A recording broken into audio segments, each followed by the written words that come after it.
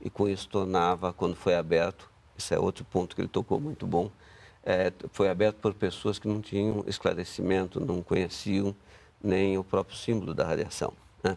Então, essa falta de conhecimento e o tempo que demorou para que se detectasse o acidente, porque alguns sintomas causados pela radiação, eles podem ser confundidos com sintomas, por exemplo, de intoxicação, né? Tudo isso ajudou que agravasse e tornasse o acidente com o maior acidente radiológico ocorrido até hoje. Agora, o vídeo é bem didático, né? Mas, mesmo assim, eu gostaria que vocês comentassem o que representa risco de contaminação radioativa, né? Quais são os resíduos que trazem prejuízos à saúde? Olha, a radiação, ela tem um efeito que pode ser usado para o bem e para o mal, né? Certo? Ela é fundamental hoje no combate ao câncer. Mais ainda, né? Hoje ela é fundamental no diagnóstico do câncer. Hoje tem a tecnologia do PET, né? PET-CT, e essa tecnologia, ela É um cada scanner, né? e que ela permite você detectar o câncer em estágios ainda iniciais. Mais do que isso, essa tecnologia permite você acompanhar se o tratamento, por exemplo, quimioterápico, ele está surtindo os efeitos esperados. Ou se houve Isso. metástase. Então, à medida que a nossa população envelhece, o Brasil está tendo uma população envelhecendo. O câncer, ele é uma doença que ele tem um fator probabilístico, ou seja, à medida que você vai aumentando sua vida, a probabilidade de você ter câncer vai aumentando, né? Então, a nossa população vai envelhecendo, o câncer passa a ser algo também cada vez mais importante no nosso sistema de saúde para ser combatido e curado, né? Professor, o que são os elementos, né? Tem o bem e o mal aí nos elementos radioativos, mas o que se deve tomar cuidado? O que as pessoas devem tomar cuidado, que são resíduos Sim, eu gostaria de, antes de mais nada, desmistificar um pouco que às vezes as pessoas elas vão para um exame de raio-x convencional e elas não se preocupam, porque ali eu tenho radiação ionizante também. E é lógico que se eu aplicar ali um tempo maior, uma dose maior, eu posso causar danos. Por isso, nós temos que ter profissionais especializados, profissionais competentes para operar uma máquina de raio-x, mesmo convencional. No caso da medicina nuclear, que o professor até tocou na técnica do PET, mas existe a cintilografia também, que utiliza material radioativo como contraste. A pessoa às vezes fica um pouco assustada, né? Mas vai colocar material radioativo em mim. Eu acho que a primeira desmistificação é que a quantidade que é colocar, que é injetada, é mínima, porque hoje a tecnologia também está cada vez melhor na questão de detecção, na questão de construção de imagem. Então, a cada dia, essa dose vai ficando menor. Outra questão é que esses materiais utilizados em medicina nuclear, eles têm o que a gente chama de uma meia-vida muito curta. São materiais de meia-vida curta, quer dizer, por exemplo, no caso do PET, é onde se usa o fluodesoxiglicose, onde tem um flúor que é material radioativo, que tem uma meia-vida de aproximadamente 110 minutos. 109 alguma coisa, vamos arredondar para 110 minutos.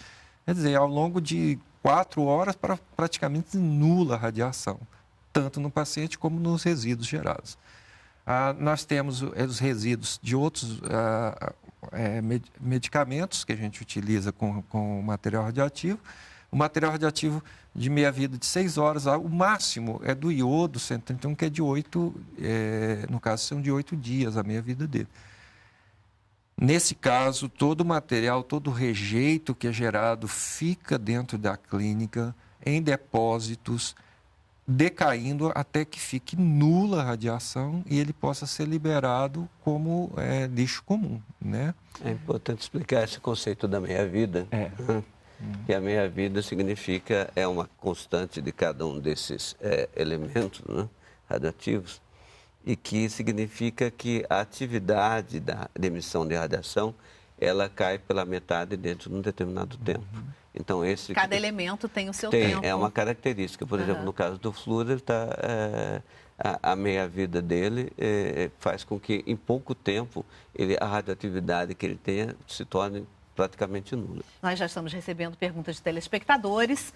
José Lopes, de Belo Horizonte, ele pergunta: diante do recente desastre de Fukushima e da decisão de diversos países europeus em não mais investir em energia nuclear, Angra 3 ainda será construída até o final? Quanto ela custará no total?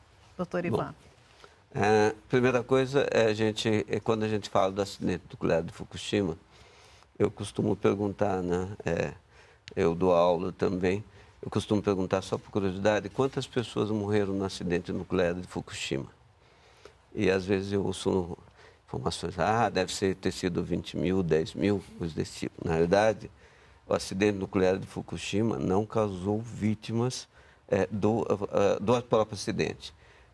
Devemos lembrar que o que ocorreu foi um terremoto e, acima de tudo, um tsunami, que em um país absolutamente preparado para terremotos, porque tem grande ocorrência, né, que é o Japão, que é com certeza o país mais preparado para esse tipo de catástrofe, tem da ordem de 20 mil pessoas morreram. Fora as perdas materiais que se acumulam até hoje, né? Os japoneses são muito eficientes, mas isso teve um impacto muito grande. Acidente nuclear. Nós tínhamos algumas usinas nucleares no Japão que estavam preparadas para uma série de eventos, né? Toda usina nuclear ela é projetada para resistir a uma série de eventos possíveis e, vamos dizer, de certa forma, acima daquilo que é esperado. Você tem uma margem de segurança. O que aconteceu foi praticamente o maior terremoto, que não causou problema na usina, seguido de um maior tsunami, pelo menos nos últimos 1000 anos, em termos de Japão. E isso é que veio afetar uma série de sistemas da usina, causando todo o problema, e que o grande problema foi a liberação de material radioativo para o meio ambiente. Mas o acidente nuclear, ele foi evoluindo, né? E dentro dessa evolução, as autoridades japonesas retiraram a população de tal forma que os estudos e os dados que se tem até hoje, as doses para a população foram abaixo dos limites estabelecidos normalmente para o público. A gente ouve muita gente comentar, ouviu na ocasião desse acidente, né? Imagina se no Japão, que eles são tão disciplinados, são tão rígidos, acontece isso, imagina aqui no Brasil, em que muitas vezes os procedimentos não são tão rigorosos. Existe muito, ficou muito essa sensação. Uma coisa que é muito interessante, né? Uma das pessoas que trabalha comigo, ele foi, a convite do governo japonês, foi visitar o Japão, né? E a gente até imaginava que ele fosse na região de Fukushima, mas o governo japonês levou para que fosse visitar as áreas onde eles estão fazendo a recuperação, que foram afetadas só pelo tsunami. E uma das constatações, né, dele, que foi dada pela informação lá, que morreu mais gente nas áreas menos sujeitas a tsunami. Por quê? Porque naqueles lugares que eram sujeitos a tsunamis, né, as pessoas, a gente ouviu no alarme, imediatamente se retiraram, tomaram as providências. Nas que eram menos sujeitas, as pessoas falaram, isso não vai acontecer aqui, nunca aconteceu, né? Então, o que eu digo é o seguinte, não é só o Brasil, em todo lugar do mundo existe essa, vamos dizer, essa preocupação com a organização. E eu acho que a gente também tem procurado, de alguma forma, né, a Eletronuclear, tem procurado fazer junto à população uma série de trabalho de educação. A cada 2 anos se faz o exercício geral de emergência na região. Em Angra. A cada ano se faz o exercício parcial. Vamos ter agora um próximo exercício parcial de emergência em Angra. Sim, e essa questão, Angra 3... Então, o que eu queria dizer, foi comentado que os países da Europa, né, vários países desistiram.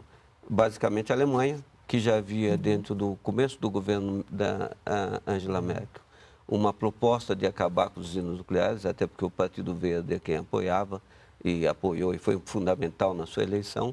Depois essa decisão estava revertendo, com o acidente em Fukushima, se chegou à conclusão que vai se acabar.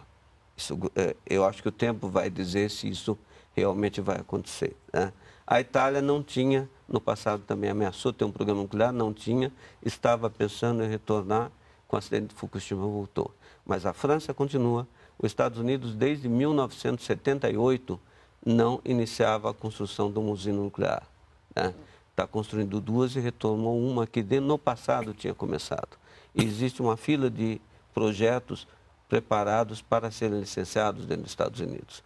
A China continua com o seu programa de construção de usinas nucleares, que é o maior, o mais ativo nesse momento. A França vai continuar, a Inglaterra diz que vai continuar.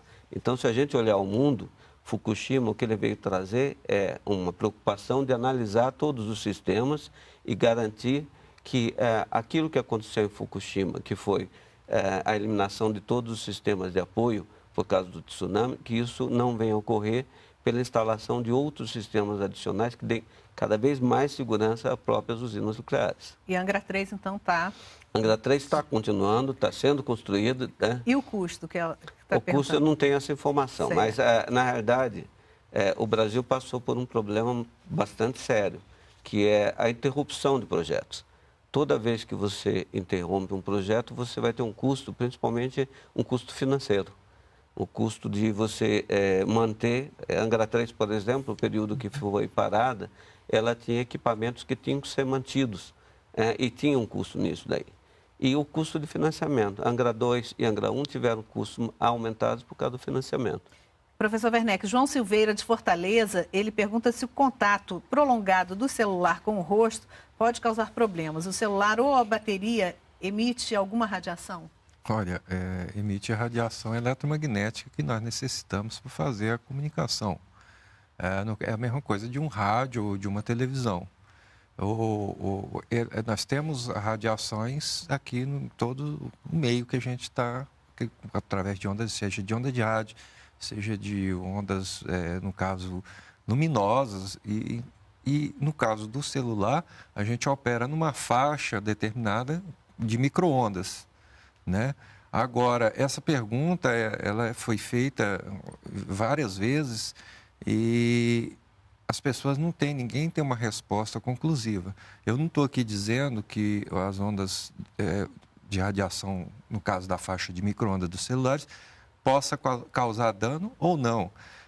Tem muito pouco tempo que nós utilizamos esses aparelhos. Pode ser que no futuro a gente até venha a observar que algum tipo de dano pode ocorrer em algumas situações. Mas precisa de mais tempo de uso para poder ter esse tipo de estudo. Mas, nesse momento, as respostas de alguns estudos que já foram feitos é que não. Né? Agora, você falou aí de micro-ondas, né? Que é o sistema de micro-ondas. Ficar na frente de um micro-ondas. Olha, o micro-ondas, ficar na frente do micro-ondas não tem problema, porque tem blindagem que impede essa radiação de micro-ondas nessa frequência. Isso é importante dizer que naquela frequência que altera o quê? Altera o que a gente chama de um estádio de rotação da água. Então, naquele momento, somente a água é atingida por essa frequência e interage com ela para causar aquecimento. Tudo bem, eu também tenho água. Então, se eu receber a radiação de micro-ondas do forno, pode aquecer minha pele? Pode causar queimadura? Sim. Mas, para isso, o forno de micro-ondas tem uma grade. Tem uma grade que impede a saída da radiação. Eu até faço um teste com os meus alunos, que é o seguinte: coloque um telefone celular dentro do forno micro-ondas, não ligue o forno micro-ondas, mas ligue para o celular. Se o celular receber o sinal, ou seja, se chamar lá, é porque seu forno está vazando. Sim. Né? Agora, se não receber, é porque está isolado. Agora, a indústria hoje tem os cheques, tem toda uma estrutura. Fazer esse teste. Né? E a gente, inclusive, as novas tecnologias, em caso de abertura, e por acaso ocorreu a abertura, uma criança vai lá e abre a porta do micro-ondas, por exemplo, abre, ele para de funcionar, ou seja, para de emitir a radiação nessa faixa. Né? Só antes de passar para o doutor Ivan, Luiz Augusto da Bahia, de Salvador, né, da Bahia, ele quer saber se as pilhas usadas são lixo radioativo. Não, de forma alguma. O perigo das pilhas usadas são certos metais que a gente utiliza ali para reações químicas, metais pesados, metais que podem causar danos ao meio ambiente. São metais que... E a saúde? Exatamente, que se absorvido pelo organismo pode gerar algum problema, mas são metais pesados. É lógico que nós estamos hoje com uma política já de recolhimento dessas baterias em alguns pontos, mas isso deveria se intensificar. Eu acho que essa campanha ela tem que ser feita, a gente tem que ter mais pontos de coleta. Nós temos que ter mais conscientização das pessoas que, uma vez utilizado pilhas, baterias de celular, seja o que for, que a gente elimine num determinado lugar e possa ir para uma indústria de reciclagem, ou seja, que não